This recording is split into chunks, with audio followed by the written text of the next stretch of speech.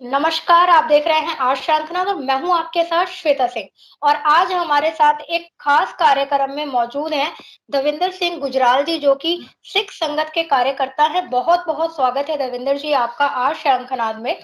बलिदान सप्ताह क्या है और इसकी सही जानकारी युवाओं को क्यों नहीं है? कौन थे वो 4 साहिबजादे जो बलिदान हो गए? इसी सारे मुद्दे को लेकर आज हमारे साथ बातचीत के लिए खास वार्ता के लिए मौजूद हैं। देवेंद्र जी, सबसे पहले मैं सर आपसे जानना चाहूंगी कि ये बलिदान सप्ताह क्या है और आज के युवा पीढ़ी को इसकी सही जानकारी क्यों नहीं है? जो पीढ़ी को जानकारी नहीं है उसमें तो हमारा मीडिया जो है वो नेशनल मीडिया भी पूरे देश में इस मैसेज को नहीं देता है, जबकि पंजाब में पूरे में और दिल्ली में भी पूरा मनाया जाता है, परंतु इसके मीडिया जो है वो उसको पूरा कवर नहीं करता है, उसकी वजह से ये प्रॉब्लम है। और ये सप्ताह ये ऐसा है कि गुरु गोबिंद सिंह जी ने 1699 में खालसा पंथ की रचना की थी। खालसा पंथ जब उन्होंने बनाया था, तो उसकी उस समय देखिए अनंदपुर साहिब में 80,000 लोग इकट्ठा हुए थे। 80,000 लोग इकट्ठा हुए और ये और उसमें से 5 प्यारे चुनकर उन्होंने खालसा पंथ साज दिया। अब ये खबर पूरे हिंदुस्तान में फैल गई। औरंगज़ेब के पास भी सब खबर पहुँची।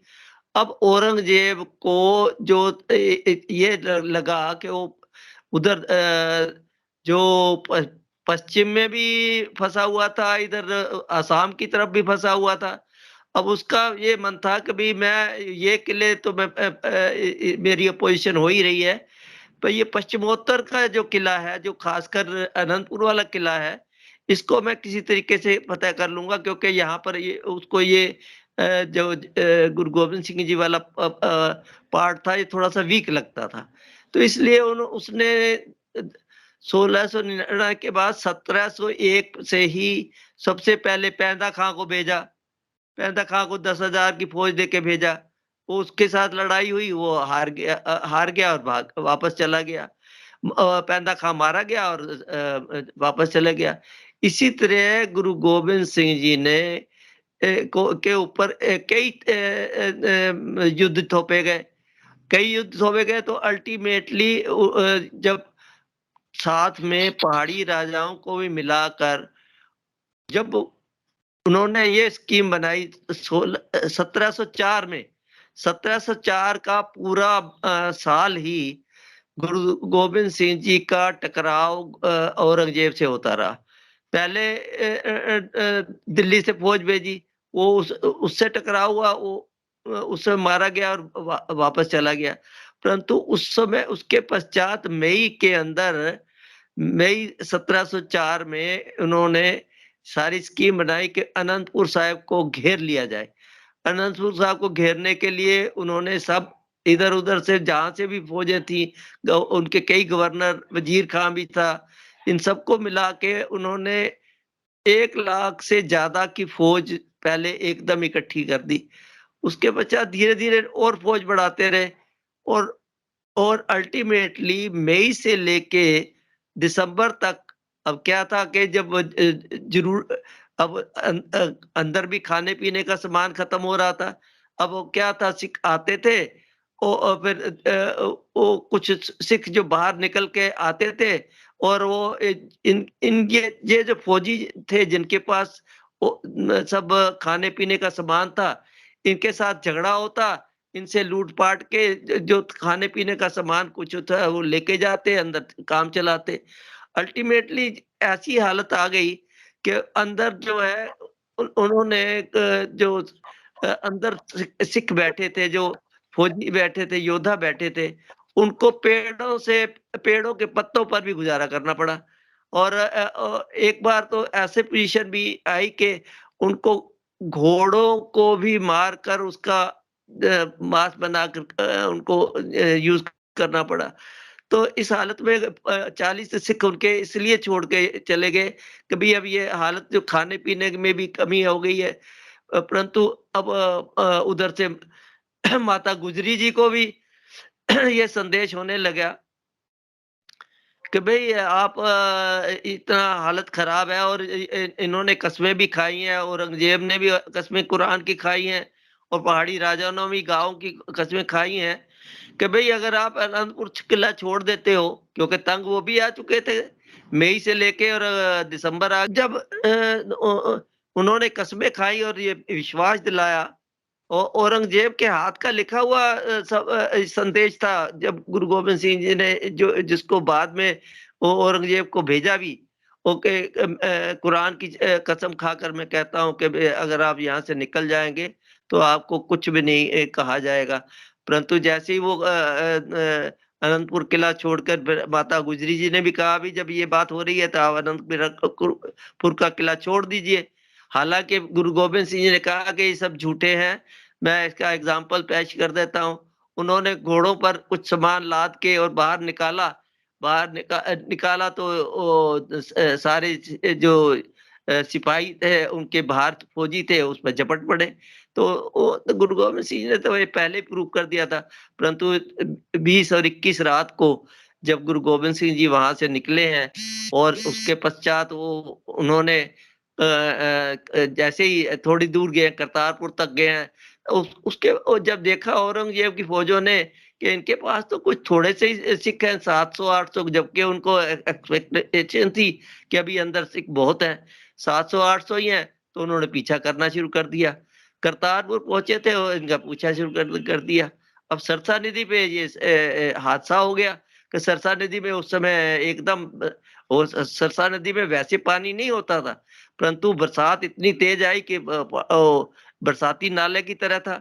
उसमें इतना उफ़ान हुआ कि जो गुरु की फ़ौजें भी हैं और एक तो वहाँ पर एक एक जंग लड़ना पड़ा। उसमें साहिबजादा अजीत सिंह सामने खड़े होकर और उन्होंने रोका लगाया और पहाड़ी जितनी औरंगज़ेब की फ़ौजें थी उनको रोका रोके रखा सरसा के उरले किनारे पर और कुछ लोग जो धीरे-धीरे क्रॉस करके गए। गुरु गोबिंद सिंह जी और साहिबजादे एक तरफ निकल गए, माता गुजरी जी, छोटे साहिबजादे वो इधर ही रह गए और जो गुरु के महल थे माता सुंदरी जी और साहिब देवा जी, वो भाई मनी सिंह जी के साथ दिल्ली की तरफ निकल गए। तो इस तरीके परिवार जो था वो 3 भागों में बँट गया।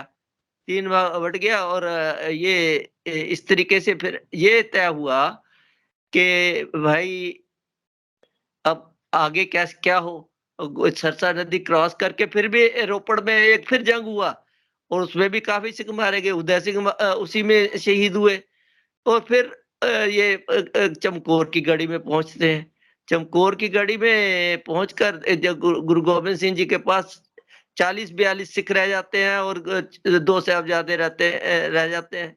वहाँ पर फिर अगले दिन ये उसके बाद जब यहाँ सरसा नदी का बहाव कम हुआ, तो यहाँ से फ़ौजें निकल कर पहले तो सरसा नदी को फ़ौजों ने क्रॉस नहीं किया क्योंकि उस समय हमारे भी जो सिख थे, बहुत से सिख और बहुत सा हमारा जो इतिहास था, उसमें कई का इतिहास जो लदा हुआ था, वो भी क्रॉस करते समय सरसा नदी में ही बह गया।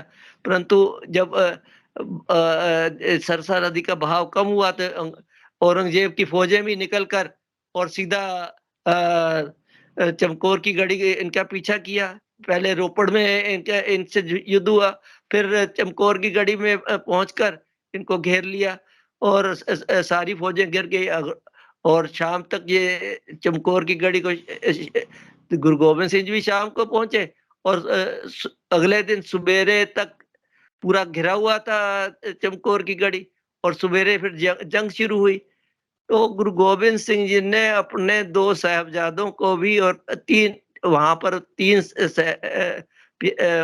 5 प्यारों में से 3-5 प्यारे भी वहाँ शहीद हुए और उसमें गुरु गोबिंद सिंह जी के दोनों बड़े साहिबजादा अजीत सिंह, जुझार सिंह, जिन्होंने खुद परमिशन माँगी कि जंग में जाना है और वो भी शहीद हुए। और इस तरीके से जो वहाँ से शहीद हुए तो अब शाम हो गई तो युद्ध बंद हो गया। पहले ये होता था कि युद्ध जो होता था वो सिर्फ़ दिन-दिन में होता था। शाम हो गई युद्ध बंद हो गया अब गुरु गोबिंद सिंह जी के पास उस समय चमकौर की गढ़ी में 6 लोग बच्चे थे और 5 प्यारे बच्चे थे और गुरु गोबिंद सिंह जी थे। गुरु गोबिंद सिंह जी को पहले तो ये कहा गया कि भई आप छोड़ के चले जाएँ, तो दया सिंह जी जो 5 प्यारों में से बड़े दया सिंह थे। दया सिंह ने कहा कि आप गढ़ी को छोड़कर चले जाएँ, तो गुरु गोबिंद सिंह जी ने कहा ऐसे कैसे हो सकता है? मैं ऐसे कैसे जा सकता हूँ? परंतु जब देखा कि ऐसे गुरु गोबिंद सिंह जी नहीं मानने वाले हैं कि भई मैं आपको अकेले कैसे छोड़ के जा सकता हूँ, तो फिर 5 जनों ने मिलकर गुरु गोबिंद सिंह जी को आदेश दिया कि हम आपको विनती करते हैं और नहीं तो हम आपको आदेश देते हैं। क्योंकि जब गुरु गोबिंद सिंह जी ने खालसा पंथ की रचना की थी, संरचना की थी, तो उन्होंने ये कहा था, पहले उन्होंने 5 प्यारे बनाए और फिर उनसे ही अमृतपान कराया था। उनसे ही खुद को अमृतपान उन्होंने किया था। तो वो आपे गुरु चेला वाली बात हो गई। वो गुरु भी थे और चेला भी बन गए और उन्होंने उस समय ये कहा था कि अगर 5 प्यारे मेरे को कोई भी हुक्म करेंगे, तो मेरे को भी मान्य होगा। ये थी उस समय की जो आज हम कहते हैं ना कि हमारे हिंदुस्तान में डेमोक्रेसी है, ये डेमोक्रेसी तो गुरु गोबिंद सिंह जी ने उस समय चालू कर दी थी। तो इसके पश्चात फिर गुरु गोबिंद सिंह जी वहाँ रात को ताली बजाकर के पीर हिंद का पीर जो है यहाँ से निकल के जा रहा है। और उनकी जो नीचे मशालें जली हुई थी, मशालें गुरु गोबिंद सिंह ने अपना तीर मार के बुझा दी थी और उसके पश्चात हुआ क्या कि औरंगज़ेब की फ़ौजें आपस में ही लड़ के मर गई और गुरु गोबिंद सिंह जी तब तक निकल के जा चुके थे। और जब इधर से गुरु गोबिंद सिंह जी निकल के माछीवाड़े के जंगलों में चले गए और उधर से जब आगे दया सिंह भी और निकल गए थे, दया सिंह जी और इनको जाके मिलते हैं फिर जंगलों में और फिर इनको और भी सेवक मिल जाते हैं और वो उनको वहाँ पर रायसीना तक पहुँचा देते हैं। और उसके पश्चात गुरु गोबिंद सिंह जी अपने छोटे साहिबजादों के बारे में पता करवाते हैं। तो उनका जो एक चेला होता है उसको कुम्मा कुम्मा मास्की के यहाँ पहले तो रुकते हैं छोटे साहिबजादे, फिर वो गंगू के हाथ में आ जाते हैं। गंगू अपने गाँव में ले जाता है और गाँव से लेके फिर उसको माता जी के पास धन की पोटली होती है। उस पोटली को धन की पोटली के लालच में वो थाने में जाके रिपोर्ट कर देता है कि गोविंद के बच्चे मेरे पास है। वो गोविंद के बच्चे मेरे पास है, उसको पुलिस आके उनको अरेस्ट कर लेती है। फिर उनको बच्चों को छोटे साहिबजादों को धर्म बदलने के लिए कहा जाता है और उनको देखिए उनको किस तरीके के लालच दिए जाते हैं और दुकान लगाई जाती है, 3 तरह की दुकानें लगाई जाती हैं, जिसमें एक में मिठाई वगैरह रखी होती है, एक में खिलौने रखे होते हैं और एक जगह शस्त्र रखे होते हैं। तो जो 5 साल के 7 साल के छोटे साहिबजादे हैं, ये ना तो मिठाई को देखते हैं, ना खिलौनों को देखते हैं, वो सीधा शस्त्र वाली जगह पे पहुँचते हैं। तो तब सुच्चानंद कहते हैं देखिए ये मतलब इनकी अभी भी क्या मन है। तो तब उनसे पूछा भी जाता है कि भई अगर आपको छोड़ दिया जाए तो क्या क्या करोगे? उन्होंने कहा हम जंगलों में जाएँगे, सिखों के पास जाके इकट्ठे होके और सिखों को इकट्ठा करेंगे और जो जुल्म चल रहा है हिंदुस्तान में, जो जुल्म हो रहा है हमारी जनता पर, हम उसके विरुद्ध फिर खड़े होंगे। तो इसलिए उन्होंने यही कहा गया कि भई ये गुरु गोबिंद सिंह जी के बेटे हैं, ये ऐसे मानने वाले नहीं हैं। तब ये आदेश कर दिया गया इनको इनको इसकी किस तरह खत्म किया जाए। तब ये भी आया हुआ कि भई अगर इनको ये छोटे बच्चे हैं, इनका खून ज़मीन पे नहीं गिरना चाहिए, तो फिर जो फतवा जारी हुआ कि नीहों में चिना कर इनको खत्म कर दिया जाए। अब नीहों में चिनाए गए, नीहें भी पहले तो उससे पहले उनको 3 दिन उन्होंने ठंडे बुर्ज में रखा। इसलिए ठंडे बुर्ज में रखा कि इतनी सर्दी में अगर ठंडे बुर्ज में कोई चीज़ तो है नहीं, खाने-पीने के लिए भी उनको कुछ नहीं दिया गया।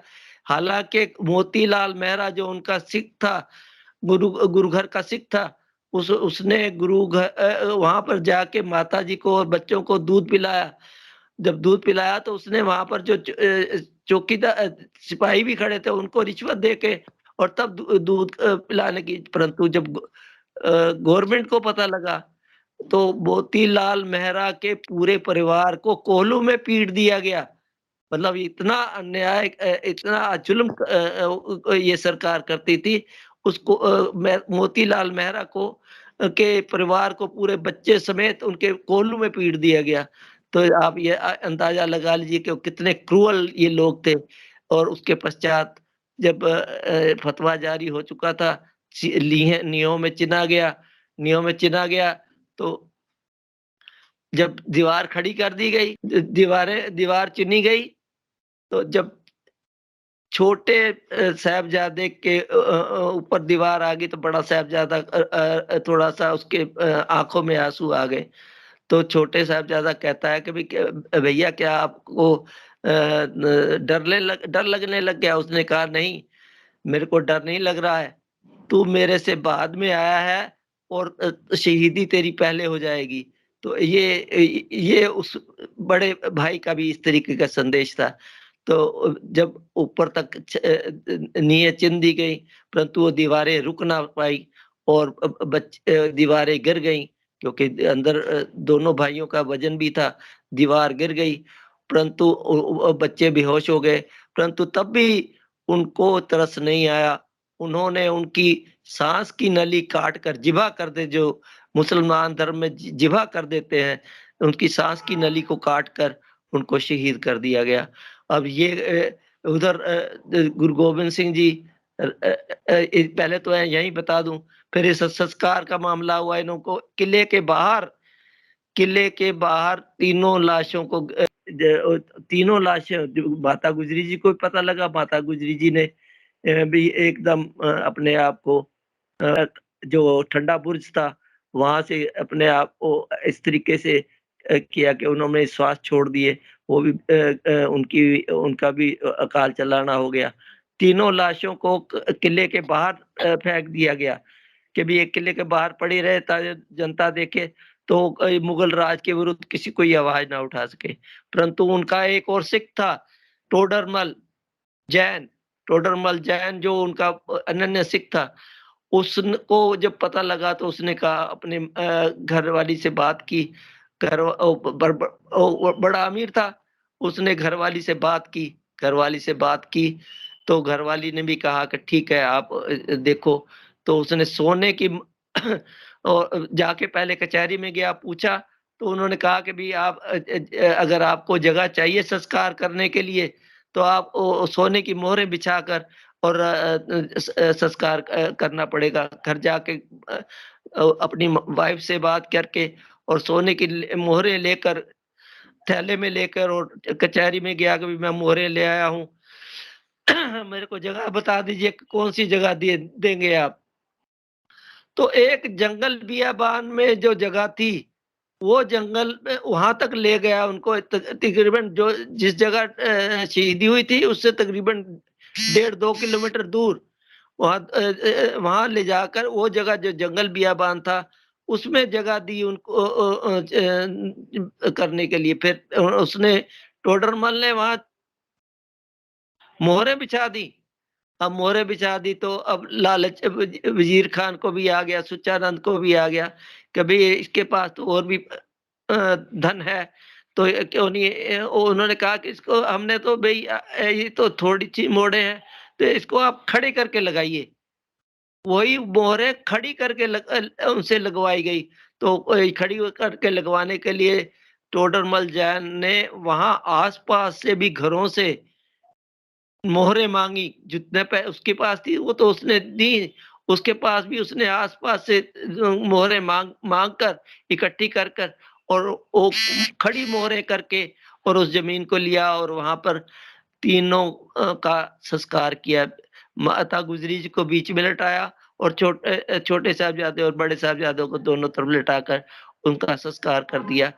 अब ये जो आप ज़मीन इतनी जो है, इसके पूरे हिंदुस्तान में नहीं, पूरे वर्ल्ड के अंदर इतनी कॉस्टली ज़मीन कोई नहीं थी, जो उस समय टोडरमल जैन ने गुरुओं गुरु गोविंद सिंह जी के बच्चों और उनकी माताजी की संस्कार के लिए खरीद कर और ये उसमें की। अब ये इस बात का जब गुरु गोविंद सिंह जी वहाँ रायपुरा पहुँचे, उसके बाद मुकत्सर भी पहुँचे और नूरा माई उनको मिला, नूरा माई से उन्होंने कहा, उनको वो भी उनका सिख था, उसको भेजा कि भई तुम जाओ सरहंद में जाके पता करके आओ कि भई हमारे छोटे साहबजादों का क्या पोज़ीशन है। जब वो जाके उसने वो गया और शाम तक वापस लौट के आया और जब उसने बताया कि इस तरीके से छोटे बच्चों को शहीद कर दिया गया है, तो गुरु गोविंद सिंह जी ने उस समय वो जहाँ पर बैठे हुए थे उनको आके बताया, तो उन्होंने नूरा माई से कहा कि नूरा माई तुम कोई बात छुपाना नहीं मेरे से, पूरी बात बताओ और नूरा माई ने रो-रो कर सारी बात बताई और वो तब गुरु गोविंद सिंह जी ने साथ में ही काई का पौधा था, काई के पौधे को उखाड़ कर उन्होंने कहा कि अब मुगल राज की जड़ें उखड़ गई। तो उसके बाद उन्होंने गुरु गोविंद सिंह जी ने वहीं पर जफरनामा लिखा है। जफरनामा में जीत की चिट्ठी, जो जीत की चिट्ठी ऐसी लिखी कि उसको भिजवाई फिर दया सिंह के हाथ में उसको भिजवाई गई और वो उस समय औरंगाबाद में था। तो अनंतपुर से सरहंद से या रायपुर से कह लीजिए, वहाँ से औरंगाबाद जाने के लिए 900 किलोमीटर का रास्ता था।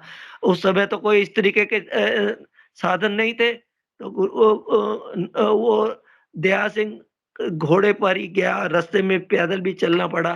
तो कई महीनों में उसको बहुत टाइम लग गया। उधर दूसरी तरफ वज़ीर खां अभी भी गुरु गोबिंद सिंह जी का पीछा कर रहा था।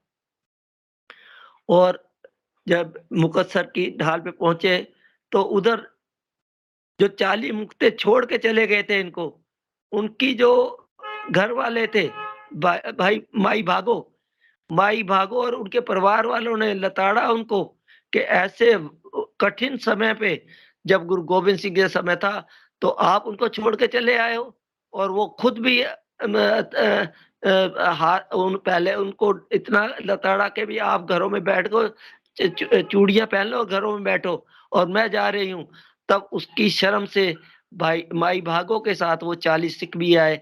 यहाँ खिरदाने की ढाल पे मुकत्सर के जो गुरुद्वारा आज बना हुआ है, खिरदाने की ढाल पे ये 40 सिख मिले। उधर से जब वज़ीर खान को पता लगा कि गुरु गोबिंद सिंह जी वहाँ पहुँचे हैं, तो उन्होंने अपनी फ़ौजें भेजी लड़ाई करने के लिए। गुरु गोबिंद सिंह जी ने उन्हीं चालों से कुछ सिख तो उनके पास तब भी पहले भी उन्होंने इकट्ठे कर लिए थे और 40 मुक्ते ये जो थे, इनको भी वहाँ पे इनके साथ जंग हुआ और जंग होने के पश्चात ये जंग भी गुरु गोविंद सिंह जी ने थे खिरदाने की ढाल पे, क्योंकि ये ऐसा एरिया था, ये यहाँ पर पानी की बहुत ज़्यादा कमी थी और फ़ौज को पानी नहीं मिला, उसकी वजह से त्राही-त्राही भी हो गई और जहाँ गुरु गोविंद सिंह जी ने अपना डेरा जमाया था, उसके पास एक झील थी, तो इसलिए उनको तो पानी अवेलेबल था, परंतु दूसरी तरफ पानी अवेलेबल नहीं था और उनकी फ़ौज अल्टीमेटली हार गई और ये 40 मुक्तों ने वहाँ लड़ाई लड़ी पूरी और ये जंग भी जीती। इस तरह गुरु गोविंद सिंह जी ने वहाँ पर फिर 40 मुक्तों को मुक्त गुरुद्वारा भी बना हुआ है, जो हर साल ये मई अगले सा म म ये मई की घटना है। मई मतलब 1705 की। कुछ इतिहास ये तरीके 1705 कहता है, कोई 1706 कहता है। अलग-अलग अब इतना जो इतिहास में हमने भी पढ़ा है पर जो सिख हिस्ट्री है, वो 1704 दिसंबर का ही वाक़या ये बताती है और 1705 में ये मुकत्सर का बताती है। इसमें इतिहास की बातें हैं, क्योंकि बहुत पुरानी बातें हैं। तो इस तरीके से गुरु गोबिंद सिंह जी ने यहाँ से फिर गुरु गोबिंद सिंह जी उसके पश्चात तो ये जो सप्ताह है जिसके बारे में आपने मेरे से पूछा था, ये वो सप्ताह है जिसमें गुरु गोविंद सिंह जी के परिवार को सबसे कठिन समय रहता रहा। इसमें ये सिख समाज ने ये तय किया हुआ है कि भई जब हमारे गुरुओं को इतना कष्ट किला छोड़कर जो सब कुछ स सर्व सब तरीके की सुविधा से संपन्न थे, उनको भी जिस तरह जंगल में जाना पड़ा और जो बच्चों को भी ऐसे परिवार से बिछड़ जाना पड़ा और इतनी सर्दी में भी इधर-उधर बिखरे पड़े रहना पड़ा। तो ये तय हुआ कि भई इन दिनों में ये 7 पौ से लेके 13 पौ, ये मतलब ये 1 हफ्ता जो है मैं जो देसी महीने हैं उसकी बात कर रहा हूँ, या आप कह सकते हैं 22 दिसंबर से लेकर और 28 दिसंबर तक। 28 दिसंबर को प्रैक्टिकली टोडरमल ने तीनों जनों की जो संस्कार किया था, तो 28 दिसंबर तक का ऐसा समय उन्होंने कहा कि भई सब उतने टाइम तक। अब तो ख़ैर ठीक है, लोग शायद आज भी कुछ लोग तो आज भी घरों में ज़मीन पर ही सोते हैं। ज़मीन पर गद्दा लगाकर सोते हैं और इस तरीके का ये पीरियड जो है इसको शहीदी सप्ताह माना गया, सफ़रे शहादत इसीलिए कहा जाता है। और इस पीरियड में जो हम लोग इसको ख़ास ये वर्णन करते हैं कि देश की संस्कृति, देश के धर्म को बचाने के लिए, देश की पर जो हो रहे जुल्म को बचाने के लिए गुरु गोविंद सिंह जी ने किस तरीके से अपने 4 साहिबजादे और अपने बाकी सिख भी शहीद कर दिए और औरंगज़ेब से खुल के टाकरा किया। से जानना चाहूँगी कि बलिदान दिवस को भूलकर हिंदू क्रिसमस मनाते हैं, ऐसा क्यों? क्यों होता है ऐसा? ये हमारे ये तो प्रचार की कमी रही और कुछ हमारी गवर्नमेंट की की भी कमी कही जाए गई। आज मोदी सरकार जी इस देश में उन्होंने इस तरीके के देखो वीर बाल दिवस के रूप में अब उन्होंने 26 तारीख का जो डेट कर दी है और ये 26 तारीख को कई हजार स्कूलों में भी और और कॉलेजों में भी इस समाचार को अब दिया जा रहा है। तो जो पहले ये जब इस चीज़ की खबर ही नहीं देश के अंदर थी कि इस चीज़ की इन गुरु गोबिंद सिंह जी और उनके बच्चों की शहीदी की जो जो इतिहास सब में बाँटना चाहिए था, वो ही नहीं बाँटा गया, बताया गया। तो फिर लोग क्रिसमस तो अब क्योंकि उससे पहले आपको पता ही है कि मुगल राज के बाद यहाँ पर इंग्लिश राज रहा। उन्होंने भी इतने साल राज किया तो उसकी वजह से क्रिसमस का जो फंडा था हर समय हर साल आगे मनाते ही थे। और हमारे तो लोग भी इतने गुलाम थे कि उनके विरुद्ध भी खड़ा होना उनके लिए मुश्किल था। इसमें तो अगर आप देखें तो सिख समाज की शहीदियाँ चाहे औरंगज़ेब का रहा, चाहे मुगल राज रहा, चाहे अंग्रेज राज रहा। अंग्रेज राज में भी आप चाहे महाराजा रणजीत सिंह को देख लीजिए। उन्होंने जब तक औरंगज़ेब के मुगल राज से भी टाकरा लिया और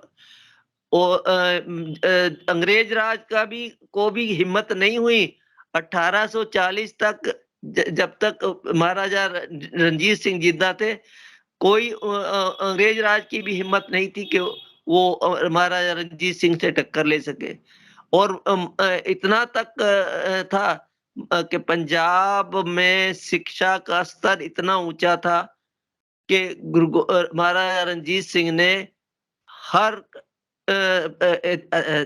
धार्मिक स्थान पर, चाहे वो मुस्लिम धर्म का स्थान था, चाहे गुरुद्वारा था, चाहे मंदिर था, उसके साथ में स्कूल जरूर बनाया हुआ था कि स्कूल में सबसे पहले सबको शिक्षा देनी है। और वो शिक्षा का स्तर इतना अच्छा था कि अंग्रेज गवर्नमेंट ने भी सबसे पहले यहाँ जब सर्वे किया और उन्होंने ये जाना कि भाई ये सिख समाज ये पंजाब इतना स्ट्रॉन्ग क्यों है? तो उन्होंने सबसे पहले यही बताया कि यहाँ पर 100% एजुकेशन है और इसकी वजह से सब जागरूक हैं और उसकी वजह से सबसे पहले अंग्रेज गवर्नमेंट ने पंजाब के अंदर सबसे पहले एजुकेशन को खत्म करने का बीड़ा लगाया। उसमें उन्होंने तकरीबन 30 साल लगाए हैं और 30 साल लगाकर उसको पहले एजुकेशन को खत्म करने का सिलसिला चलाया और उसके पश्चात उन्होंने जैसे ही महाराजा रणजीत सिंह की डेथ हुई और उसके पश्चात भी आप देख लीजिए, आज आप काला पानी में अगर देखें कि कितने सिख हैं वहाँ पर उनको काला पानी में भेजा गया। ये इवन जो नामधारी समाज के बाबा राम सिंह जी थे, उन्होंने सबसे पहले हिंदुस्तान में वो भी और महाराजा रणजीत सिंह की सेना में थे और उस सेना में से निकलकर और उन्होंने स्वदेशी की मूवमेंट चलाया था हिंदुस्तान में और आज़ादी के लिए मूवमेंट चलाया था। तो सिख समाज ने तो मैं इसके अलावा आपको औरंगजेब अंग्रेजी राज के मैं आपको आज अमृत पान की भी क्या फायदा जो आज भी जो हमारी सिख अरेंजमेंट है या सिख फौज है, उसने सारागढ़ी में भी जो 21 जवान थे, सिर्फ 21 जवानों ने किस तरीके सारागढ़ी को भी जीत कर दिखा दी और उसके सामने 10,000 पठान आ गए थे, परंतु उनको 21 सिखों ने उनको डोमिनेट नहीं होने दिया और अपने आप को जब तक खत्म नहीं कर लिया तब तक सरेंडर नहीं किया। और इंग्लैंड के अंदर पार्लियामेंट में जब उनको ये पता लगा कि इस तरह के सारागढ़ी की जो लड़ाई है 21 सिखों ने इस तरह लड़ी है और वहां पर उनको पार्लियामेंट में सलूट किया गया। मतलब आप इस और आज भी वर्ल्ड के अंदर अगर सिख फौज के बारे में बात की जाती है तो सबसे अव्वल नंबर पर सिख फौज आती है। ये क्या कारण था? ये उस गुरु गोबिंद सिंह जी ने जो एक अमृत पान करवाकर ये एक शक्ति पैदा की है इंसान के अंदर, जो हमारी यहाँ की जनता बिल्कुल मर गई थी, जो जिसका कैरेक्टर बिल्कुल शौर्य की कमी नहीं थी। सबसे बड़ी बात थी कि आपस में लड़ना, जितनी रियासतें थी आपस में लड़ती थी। और क्या मुगल लोग क्या अपने आप आए थे क्या हिंदुस्तान में? इनको भी इन आपस की लड़ाई में राजाओं की आपस लड़ाई में इन्होंने इन लोगों को मुगल के लोगों को बुलाकर हिंदुस्तान में ये एक जब वो जब जो कोई आ जाता है और जो गुंडा राज करने के लिए आ जाता है या इतना स्ट्रॉन्ग बन के आ जाता है, फिर वो वापस थोड़ी जाता है। तो उन्होंने पहले तो सहायता करने के लिए बुलाया, पर वही यहाँ जम के बैठ गए। तो ये तो आप 7वीं सदी से हमारा देश गुलाम होना शुरू हो गया था। मीर कासिम जब पहले सबसे पहले आया था और उसने हिंदुस्तान में एंट्री शुरू की थी और हमारे आपस में ही ये लोग लड़ते थे, उसकी वजह से आज हमारे देश को इतना लंबा गुलाम रहना पड़ा। जी, बिल्कुल मेरा इस प्रोग्राम का आपसे आखिरी सवाल होगा सर। मैं आपसे जानना चाहूँगी कि उस वक़्त धर्मांतरण जो किया गया था साहिबजादों का, उसके बदले उन्होंने बलिदान होना स्वीकार किया। लेकिन आज हम देखते हैं कि कुछ तो धर्मांतरण ज़बरन करवाए जा रहे हैं, पर कुछ थोड़े लालच की वजह से हिंदू धर्मांतरण स्वीकार कर लेते हैं, ऐसा क्यों? देखिए, ये तो हमारे देश की इसमें एक तो सबसे बड़ी बात है कि देखिए कैरेक्टर सबसे पहले उत्तम होता है। कैरेक्टर की वजह से ही अब जब औरंगज़ेब ने मुगल राज के समय का ही मैं आपको बता देता हूँ। मुगल राज के समय से अगर धर्मांतरण की प्रक्रिया शुरू हो गई थी। अकबर के पहले तो बाबर ने आके जो जुल्म किए, उसके बाद राजा अकबर ने 14 अखाड़े खोल रखे थे। हिंदू धर्म को मुस्लिम बदलने के लिए। अब मुस्लिम बदलने के लिए तो 14 अखाड़े, परंतु उसकी एक पॉलिसी थी कि वो नरमाई से, मतलब कि प्यार से कन्वर्शन में उसमें लालच भी दिए जाते थे। अब जो सरकार में बैठा है उसको दिए कि भी तुम्हें नौकरी दे देंगे, तो आदमी तो लालच में आ ही जाता है ना। तो नौकरी दे देंगे, धन दे देंगे। तो ऐसे बहुत से जो आपस में, एक भाई ने धर्म चेंज कर लिया, एक ने नहीं किया। तो अब आप अंदाजा लगाइए कि भारतीय वो भी है, दोनों भारतीय हैं, परंतु एक भारतीय ने लालचवश आके धर्म चेंज कर लिया, और एक, दोनों में आपस में भी खिंचाव पैदा हो गया। अब दोनों देखिए ना, एक मुसलमान बन गया और एक हिंदू अपने जगह पे है। अब उस हिंदू पे कितने जुल्म हो रहे हैं, उसके पे जजिया कर भी लगा दिया जा रहा है।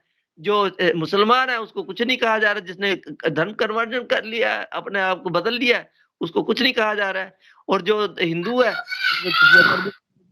तो गुरु गोबिंद सिंह जी को तो इसके लिए भी लड़ाई करनी पड़ी।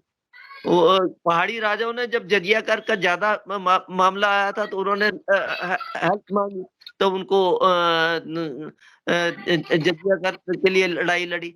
तो इस तरीके से ये तो देखिए, धर्म का परिवर्तन के लिए हमारे यहाँ सबसे बड़ा पार्ट करैक्टर और दूसरा गरीबी था।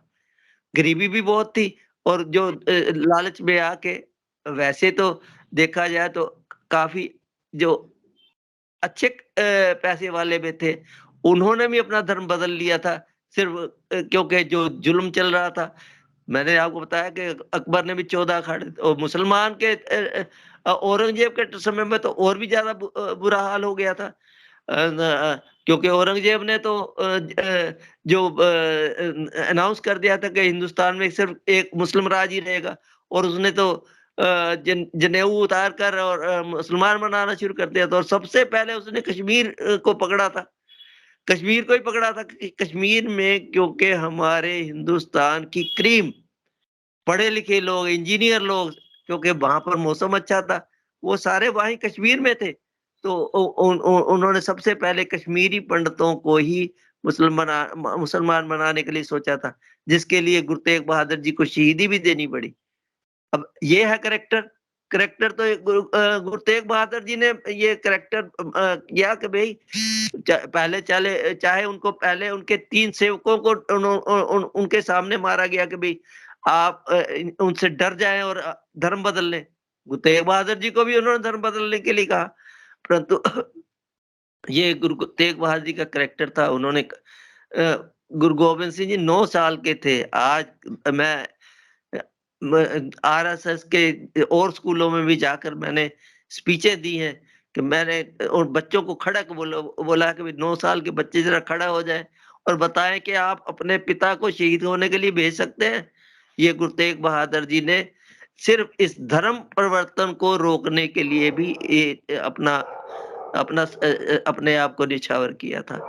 और उसके बाद गुरु गोबिंद सिंह जी ने भी उसी कदम को आगे बढ़ाते हुए अ, स स चाहे फ़ौजें इकट्ठी की, सब कुछ इकट्ठा किया, और लड़ाइयाँ लड़कर औरंगज़ेब के विरुद्ध खड़े हुए, और औरंगज़ेब किस तरीके से ये लड़ाइयाँ लड़ी। तो ये रीज़न मुख्यतः जो है करैक्टर है, और उसके बाद गरीबी है। इन 2 कारणों की वजह से हमारे देश में धर्म परिवर्तन हो रहा है, और आज भी हो रहा है, पहले भी हो रहा था। अब क्रिश्चियनिटी के क्योंकि वो ऐसी कंट्री है, उसके पास बहुत पैसा है, वो तो कभी भी पैसा फेंक देते हैं, और यहाँ पर लोग जो हैं, और वो जहाँ आप जीसस क्राइस्ट का इतना इन्फ्लुएंस दिखा देते हैं कि जी अगर एक प्रार्थना करेंगे तो आपके सारे कष्ट दूर हो जाएँगे, सब कुछ दूर हो जाएँगे, और साथ में पैसा धन दे देते हैं। आज क्रिश्चियन स्कूल में भी एडमिशन लेना हो, और अगर आपने क्रिश्चियन धर्म ग्रहण कर लिया है, तो आपको आपकी फीस भी माफ़ हो जाती है। और आप दूसरे लोगों को ज़रा इंटरेस्ट है, जो क्रिश्चियन स्कूल में पढ़ाना चाहते हैं, तो उनको पूरी-पूरी फीस और कितना कुछ देना पड़ता है। तो ये सब चीज़ें जो हैं, ये कुछ हमारे जो धर्म के आगू हैं, चाहे क्रिश्चियन धर्म के हैं, च सब धर्मों के आगू हैं, वो भी इस तरीके की क्रिएशन करते हैं। तो ये तो देखिए होता ही रहेगा अगर हमारे अपने देश में भी उस तरीके के कानून ना बनाए जाएँ या उस तरीके का व्यवहार भी गरीब के साथ ना किया जाए। जिस तरह आम आदमी के साथ डेमोक्रेसी के हिसाब से जो हेल्प हर एक को मिलनी चाहिए, वो गरीब को भी मिलनी चाहिए। वो अगर चीज़ें हो जाए तो ये चीज़ें ये धर्म परिवर्तन रोका जा सकता है। नहीं तो अदरवाइज़ अब तो आप देख रहे हैं कि आज के युवा वो अपने आप को माता-पिता से भी अलग करके और चाहे लड़कियाँ हैं, चाहे लड़के हैं, वो भी अपने आप को ऐसा समझने लग गए हैं कि अब हम ज़्यादा समझदार हो गए हैं और वो जो हाल हो रहा है देश के अंदर, वो भी आपको पता ही है। चाहे वो मुस्लिम गर्ल है, तो भी या सिख गर्ल है, तो भी हिंदू गर्ल है, तो भी वो अगर किसी धर्म को बदलते हैं और उनके साथ रहते हैं, किस तरीके से क्या हो रहा है, ये जो आप भी सारा आपको जानकारी में है। जी, बिल्कुल।